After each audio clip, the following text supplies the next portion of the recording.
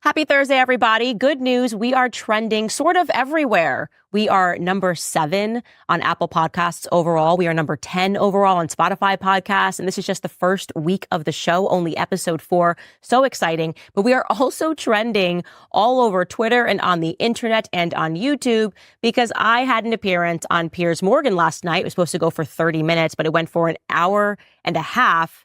And this is what happened. Why did you leave the Daily Wire?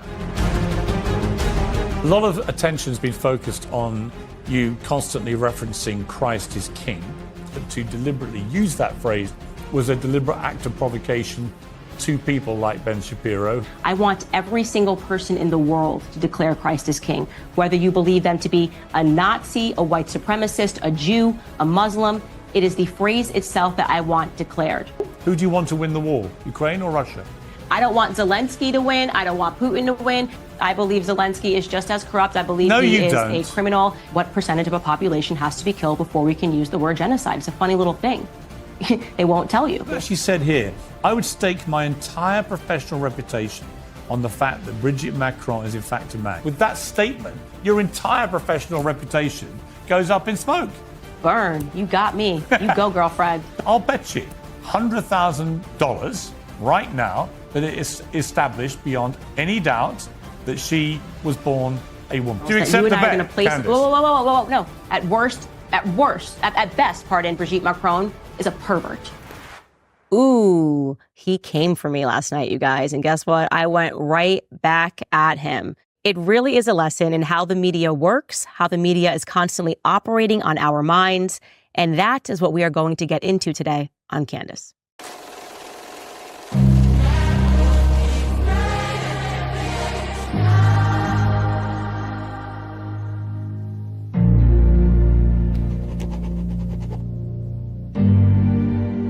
All right, so we've been talking a lot about psychology this week, and it truly is the name of the game. When people hit at that figurative matrix, the matrix, what is that they're actually alluding to?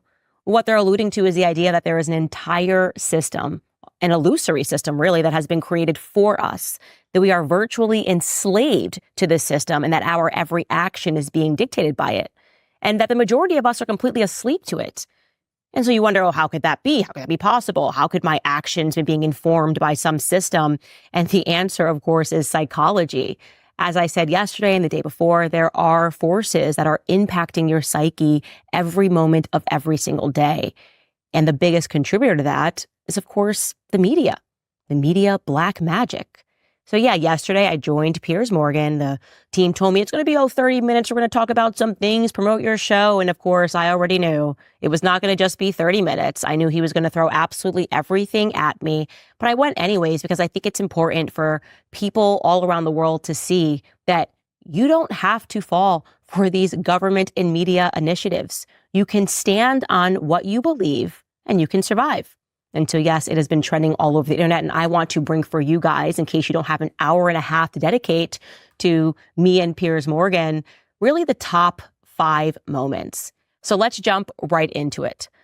Moment number 1, and of course I was expecting this, the mandatory Israel question. I don't know what this is, but apparently it's some sort of a religious sacrament that every media member has to go on and on and on about Israel. You would literally think that I was an Israeli citizen, that we are all Israeli citizens. It doesn't make sense to me and many other people across the world why there is such an obsession and a focus on this country in the Middle East. They almost try to penalize you, to punish you for not focusing on it. And so, yes, of course, Piers Morgan came right to the table and tried to pretend that it was suspicious that I didn't tweet for days when a terrorist attack happened on a foreign country's soil. Take a listen. And here's where I'm just curious about your tweeting through this procedure, this whole war, because on October the 7th, you didn't tweet anything. You didn't tweet anything on October the 8th.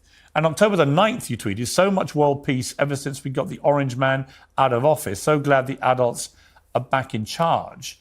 A lot of people say, well, if you care this much about innocent people being killed, why didn't you say anything when 1,200 people were massacred to death in the most brutal, barbaric manner in this awful terror attack by Hamas, and nearly 7,000 more were wounded, some of them catastrophically and irreparably. Why did that not compel you to say anything? Well, first and foremost, Israel's a foreign country. So typically I talk about topics that have to do with America. Secondly, you're only quoting my Twitter feed. I'm also on Facebook. I'm also on Instagram. I also had a daily podcast in which I did respond directly about what happened and called the events horrific. Multiple times said what Hamas did was absolutely horrific. So you're using a snapshot of my Twitter feed where you're acknowledging that I didn't tweet for days to suggest that I didn't have anything to say about what had happened. Now, to be clear, I am consistent on all matters. I do not want America involved whatsoever in anything that is happening in Israel. I don't want my dollars sent over to Israel. We should not be supporting Israel. Obviously, Thomas Massey has done a lot of work showing how it doesn't even make economic sense that we have so much debt and yet we're sending money over to support Israel. And the biggest issue, by the way, that I have with Israel in talking about them being above reproach is the fact that they are supplying the arms to murder Christians. Okay. In Armenia, the oldest Christian country in the world, and yet nobody talks about that. For whatever reason, it seems to be the circumstance that when Jewish people die in Israel, it's wall-to-wall coverage. But when Christians die all over the world, nobody talks about it. Everyone wants to correlate everything to World War II. Everyone wants to talk about Adolf Hitler, and rightfully so, he was a horrific person. But nobody wants to talk about Henryk Yagoda, right? Nobody wants to talk about the Bolsheviks. Nobody wants to talk about the Christian Holocaust. I am tired of the media, exhausted of the media not speaking about what is happening to Christians all around the world. And it is especially horrific while at the exact same time that it is happening, the slaughter of Christians in Armenia, the arms being supplied by Israel, that the media turns the other way and says, oh, okay, but what about what's happening in Israel? So you know what I'm asking for? Actual equality. Okay, because it seems like this is like a special category, the special relationship that we have. I'm a Christian first, okay? And so my concerns are going to be with what's happening to Christians all around the world because it is us. We are the number one most persecuted religion in the world. And all Christians watching this need to realize the time is now to start speaking up because we have been silenced about the things that are happening to us for a very long time. And the media is very clearly not our friend. When there is wall-to-wall coverage of Christians being killed, in Armenia, Christians being killed in Nigeria, and the treatment of Christians in America and all across the globe today, then you ask me if I will use my platform and I will use my voice to speak about what's happening in Israel. How about that? How about that, Piers? And I'll tell you how about it went. Well, he obviously ended that part of the conversation immediately because there are aggressive double standards here. The idea that you can say to someone, why don't you use your platform to talk about this? And, like I scrolled through Piers's feed and it turns out that no, when Armenian Christians are being killed and being bombed, and it is a fact that Israel is supplying the arms to do that, Piers doesn't have anything to say. So why is he prioritizing Israel? He can't answer that question, so he wants to move on. It is constantly this effort to manipulate you into focusing your life and your attention on whatever they decide to press their thumbs down on. And it's not right. And that is my belief. I am a Christian. Of course, I'm going to use my Twitter feed. I'm going to dedicate my Twitter feed to things that are of interest to me. That is my right. I'm also an American. And I recognize when we look around that Americans can't afford gas, they can't afford groceries. And why can't we? Because, well, we have the media convincing us that it is our job to be enslaved economically to the borders and the interests of everybody else but ourselves, but our families. And I don't stand for that. So what does he do? He moves on to, of course, what I also expected, trying to paint and accuse everyone of being a conspiracy theorist. What I instantly did is I threw it right back at him because as we all understand, as we are living in this post-mainstream media world, they are the conspiracy theorists. How many times has the mainstream media tried to effectively sell us something only for time to pass and us to realize they were lying about everything? And when they're caught lying about everything, they just try to backtrack. And remarkably, I said to Piers, yeah, no, you peddled the BLM and the race conspiracy theories, and then you backpedaled. You peddled the COVID conspiracy theories, and then you backpedaled. And he didn't like that so much. No. He tried to backpedal even further. Take a listen. So do not take my one clarification about the ability of a vaccine to prevent transmission as being some great mea culpa that I think... That's a huge mea culpa, Piers. Well, that's a huge mea culpa. That's a huge mea culpa. Because that means that you let people to go out and to get an experimental vaccine in their arm and encourage them not to listen to independent voices that were saying, hold on. That's a huge mea culpa. People died from the vaccine. So you're talking about people that died from not getting it. There have been scores of people who died from the vaccine. There have been scores of people like my grandfather who got the vaccine and then were dead within 1 year because it led to their dementia suddenly spreading or advancing rather in a way. Stop.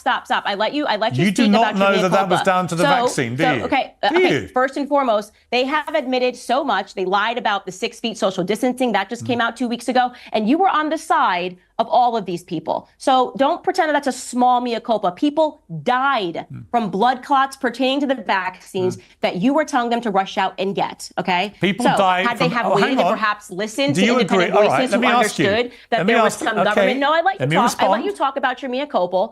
Had they have paused and listened to independent voices who have, I think, probably a greater strength when it comes up to standing up to government initiatives, because we recognize that the government is not our friend, and we recognize that the government is not trying to save our lives. Maybe those people would be alive. Maybe my friends who had miscarriages and my friends who were saying that it was impacting their menstruation until the government was ready to admit that 7 months later. If you had listened to people that were telling you their own experiences, someone I know that went completely blind in one eye because of some weird ocular clot.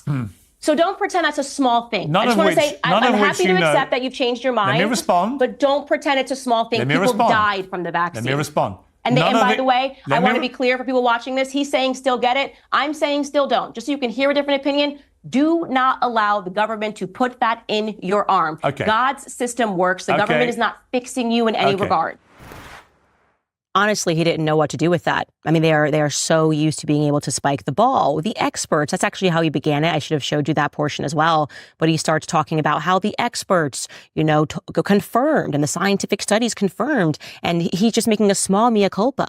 He went out and told everyone to go get the vaccine because he thought, as he says, that it would stop transmission. And then he realized after the fact that it didn't. It was just a small mea culpa. A small mea culpa, telling people to roll up their sleeves and to inject something into their arm, just a small one, in which people had reactions to, in which they routinely lied. In fact, they treated us people who said don't get the vaccine like lepers. The people that did not want to get vaccines were treated like lepers. And he very much continues that if you want to go watch this full conversation when he starts pressing me in general about my perspective on vaccines. And I've been very clear. I'm not going to lie and run from who I am.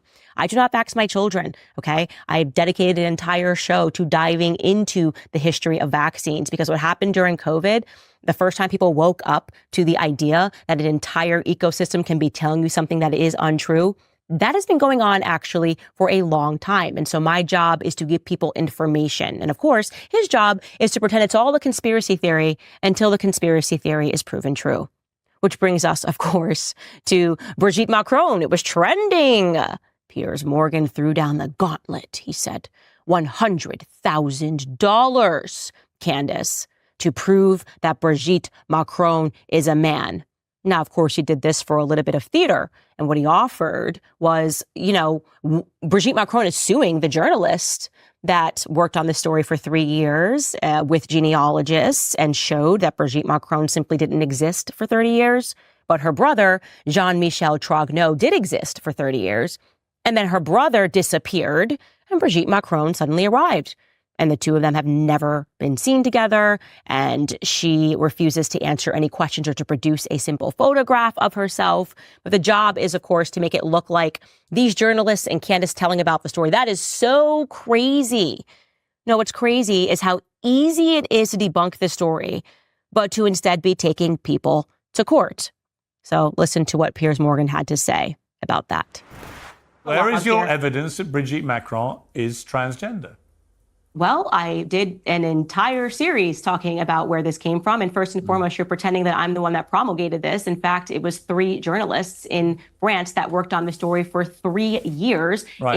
And they teamed up with genealogists and they came across, and it was absolutely fascinating. I read the entire report, and everybody watching this, rather than listen to Piers Morgan giving you a bunch of adjectives, ridiculous, it's awful, I can't believe that she's saying this. Why don't you go pursue a primary source? Why don't you go find the articles that were written by the French journalists? Because this did not come from me. This came from French journalists. And while they were working, Brigitte Macron let me finish the statement, Piers. Okay. While they were working on this piece, the Macrons sent their secret service to interrupt this. This is not a normal thing that you do when somebody's about to publish a lie. You would just say it's ridiculous, publish it, and we'll dispute it.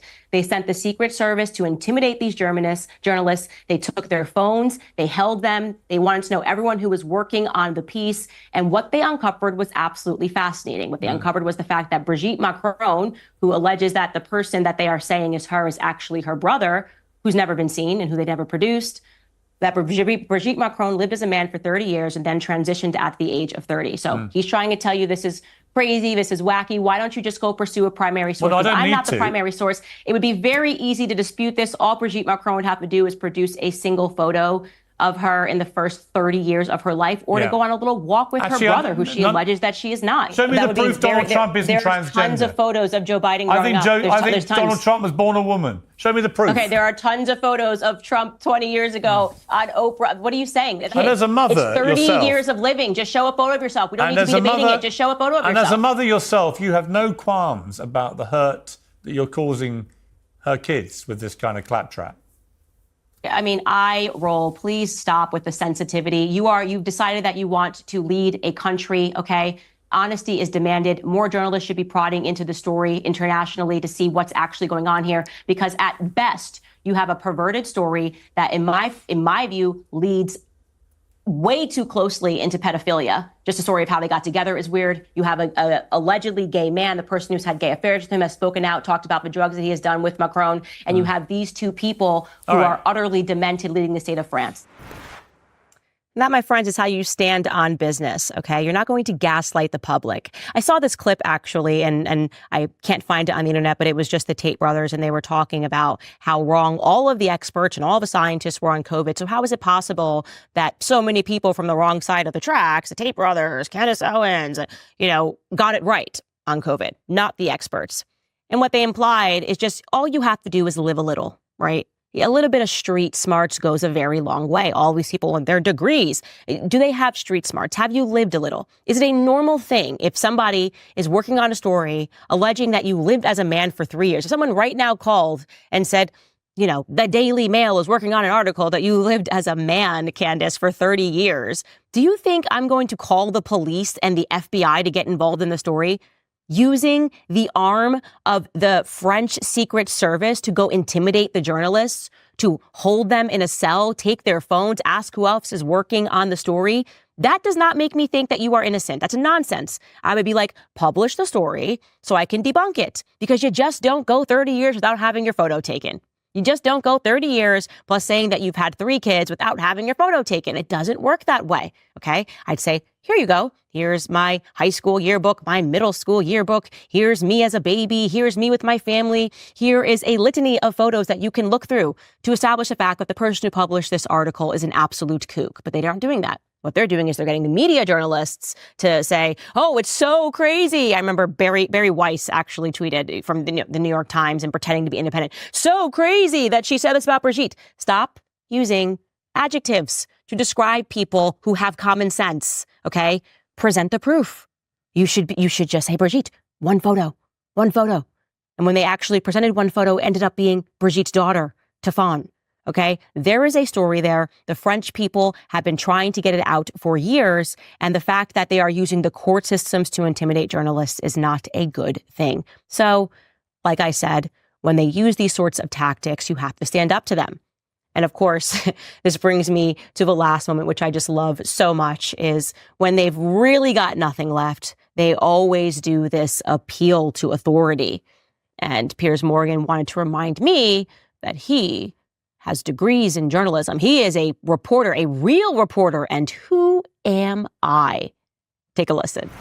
Here's the difference between me and you. I've actually been a reporter for many, many years. You never have. So when you say you report on these things, I can tell you no journalist who's an actual reporter would read a legal filing and then do a tweet which states as fact in their own words, he's not in jail because he's a Fed CIA asset. Can you try to tell everyone? That's not reporting on a lawsuit. That is stating your own personal opinion. And if you don't know the difference, it's because you're not a reporter. I am. Well, now we've arrived at your professionality. I guess, Piers, tell me more. What school did you go to? Tell me more. I went to Harlow Journalism College in Essex in England. Well, then we better listen to you guys.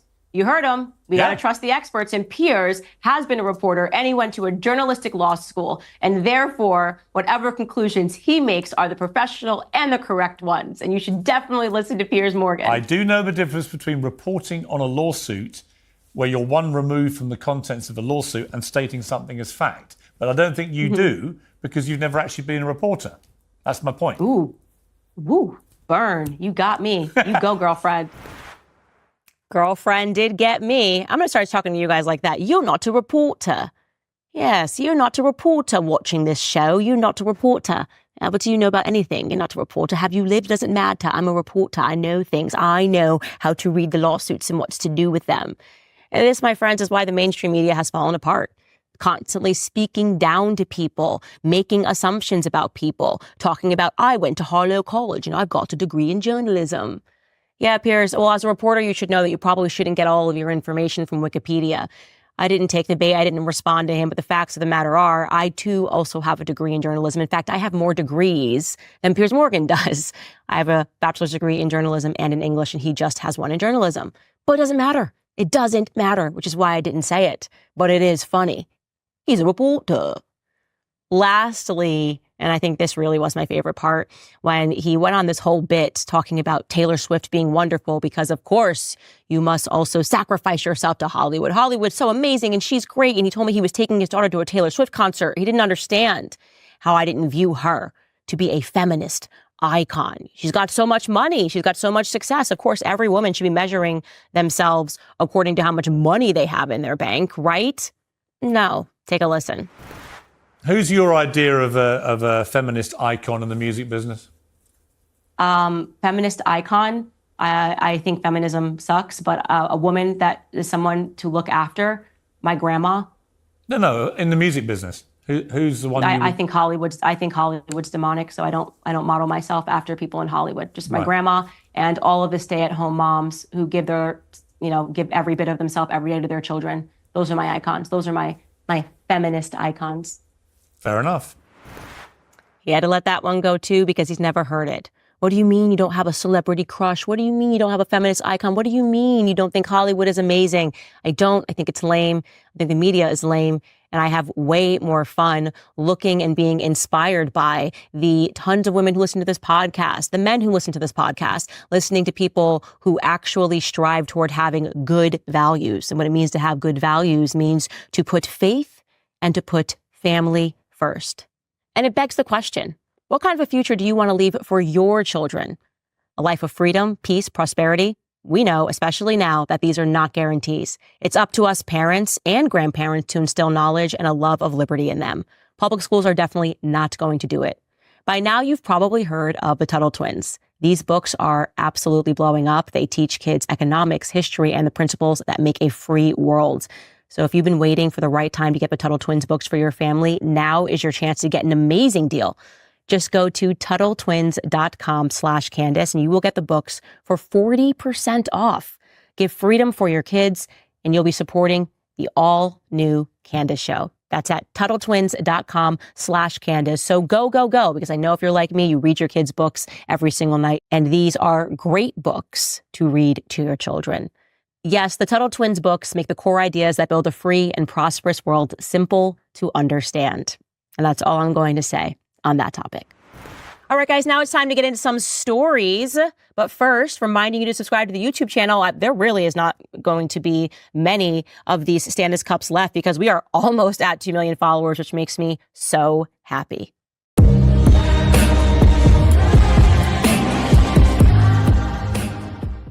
Okay, Okay, just one story really to bring to you guys today, and it is a very sensitive topic for a lot of people. It's difficult for me to discuss it because I know people in my life that are going through IVF treatments, and I know these people are not doing it with any ill will in their heart, just with a true desire to start a family. Well, the Southern Baptist Convention formally passed a resolution opposing IVF treatments, and it's obviously caused quite the stir.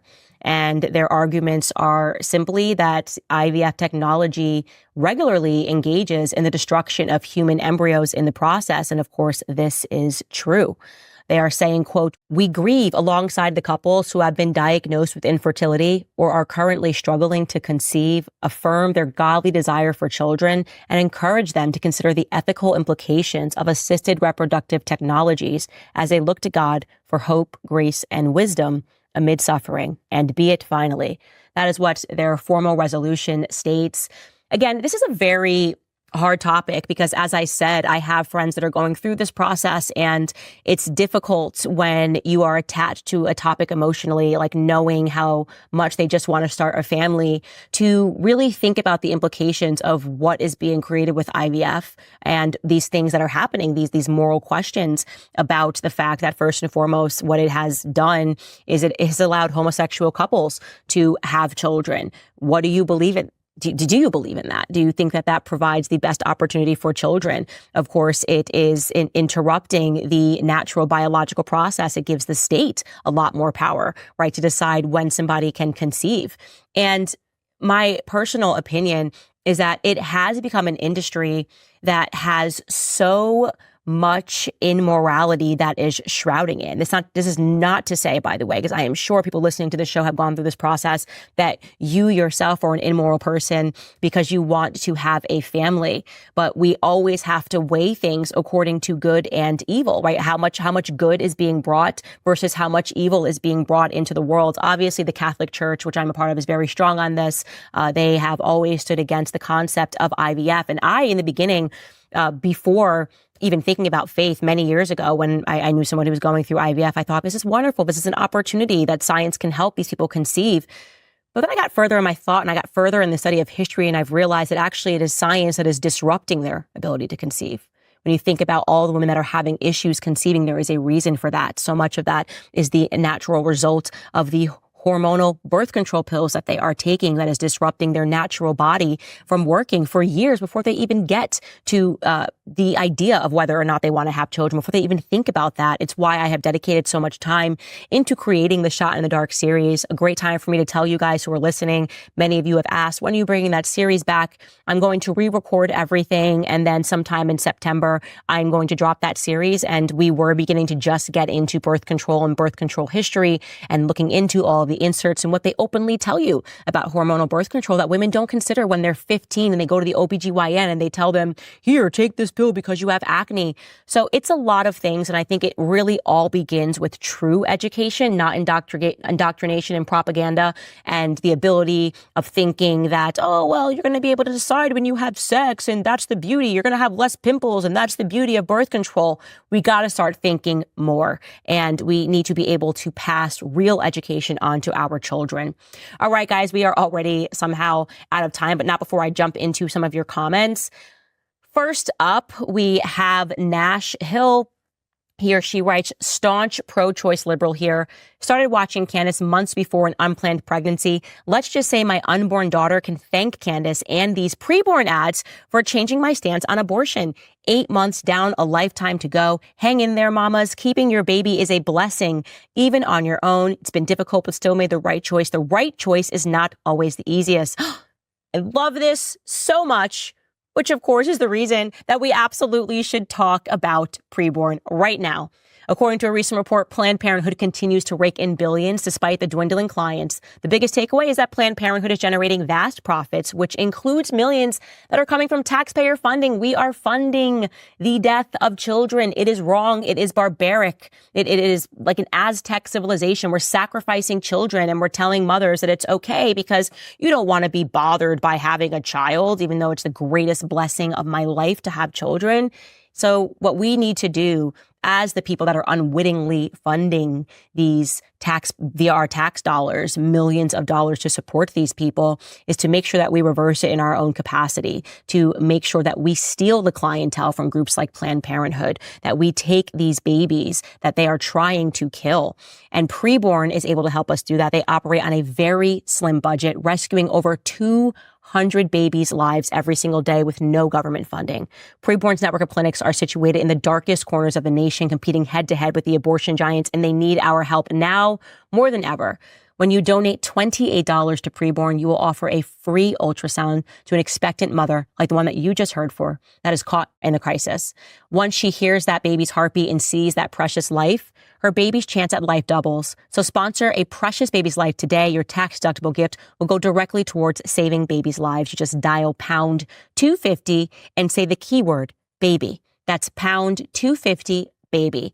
Or you can go to preborn.com/Candace. That's preborn.com/Candace. So that's amazing. And that is a real person that is commenting there and saying that Preborn is the reason that made her make that decision, which is why also it's a reminder to us to welcome people that have the wrong ideas, because we all started with the wrong ideas. We're all changing every single day. And we only do that through meaningful conversation and positivity and embracing one another and accepting the challenge of the environment we live in, which is just so much pollution via bad psychology. I also have this message from Connect. I told you guys about this app. It's amazing. It allows people to directly message me, and I'm able to give them an audio message back. Now, of course, that costs a bit of money. I read comments for free, but I do love that if you have a burning question, you want to reach me, that you can join the Connect app and pay a fee. And I just answer on audio. Well, this person wrote to me this morning while I was on my walk. Hi, Candace. I stumbled upon one of your answers, which intrigued me. You said in that answer that you have not vaccinated your kids. As a new father of a little girl, this has haunted me for months. I don't want to vaccinate, but I feel pressured to do so by my peers and especially her pediatrician. Thankfully, I opted out of all vaccines at birth. What did you do in terms of their schooling? Homeschooled? Has it been a problem with them joining any sports programs, etc.? Did you claim a religious exemption? And also, how did you find a pediatrician that was willing to work with kids that are unvaccinated? Most of the pediatric practices state they won't work with unvaccinated children, etc. I know it's a delicate subject. You're not a doctor, LOL, but any input would be immensely appreciated. It is precisely that because I am not a doctor that I produce that series, A Shot in the Dark. And it's precisely because I am not a doctor that I hope you know that I am giving you my heart when I tell you what I did with my children. Why on earth would I want to hurt my children? No, I did not vax any of them. There is a reason for that. After doing my research, I had a lot of questions. These are the things that Piers pushed me on last night. What about polio? All of these things. I've done my research and I am certain in the decision that I have made. And I want, as I said to this user on Connect this morning via audio, I basically said to him, I'm bringing back the Shot in the Dark, as I told you guys earlier, but also that my children are young. It matters where you live. I answered him back and asked him where he lived. Here in Tennessee, we actually have laws. We apply for religious exemption, and they have to honor that religious exemption down here in Tennessee. So you have to think about that. Where you are raising your children actually matters. Is it worth getting up and moving so that you can raise your children in a place that has the same values that you have, that believes in medical freedom? For me, it is a definitely yes. There is no way that I was going to vaccinate my children, given the fact that I myself was injured from a vaccine, which is what led me to do so much research for my children. And what I want to say to parents also, trust your gut. Your gut matters, okay? They're always trying to get you to dismiss your gut. That is divine. God is telling you something is right or something is wrong, and they will call that a conspiracy theory. No, your gut is not a conspiracy theory. Pay attention to yourselves and your feelings and your emotions about things. For me, it has always worked out for me in the end. So what I will say to you guys is that tomorrow we'll be airing an interview of Breonna Joy Gray. You may have heard this story circulating. Breonna Joy Gray, she used to be the spokesperson for the Bernie Sanders campaign. She is on the left. She then became a host on The Hill. She's been on that network for quite some time. And she is alleging that she was fired because she was not pro-Israel. Very interesting. Yeah, we should definitely talk about that. So she'll be joining us tomorrow for our Friday episode. It's just going to be an interview with her. And also, guys, some great news. Tucker Carlson has announced that he is on tour. But guess what? I have got some tickets that I can give to you. So right now, the first 10 people that log on to clubcandace.com and buy a signed Standis Cup. We are going to be watching this right now on the back end. The first 10 people, we are going to be giving you free tickets to Tucker Carlson. You can see him in Kansas. He'll be in Wichita, Kansas with Charlie Kirk, and Anaheim, California. We have those tickets and he will be there with Vivek. So go for it, guys. ClubCandace.com. First 10 people to buy a Standis Cup will be getting free tickets to see Tucker Carlson in one of two cities. All right, guys, that's it. We'll see you tomorrow.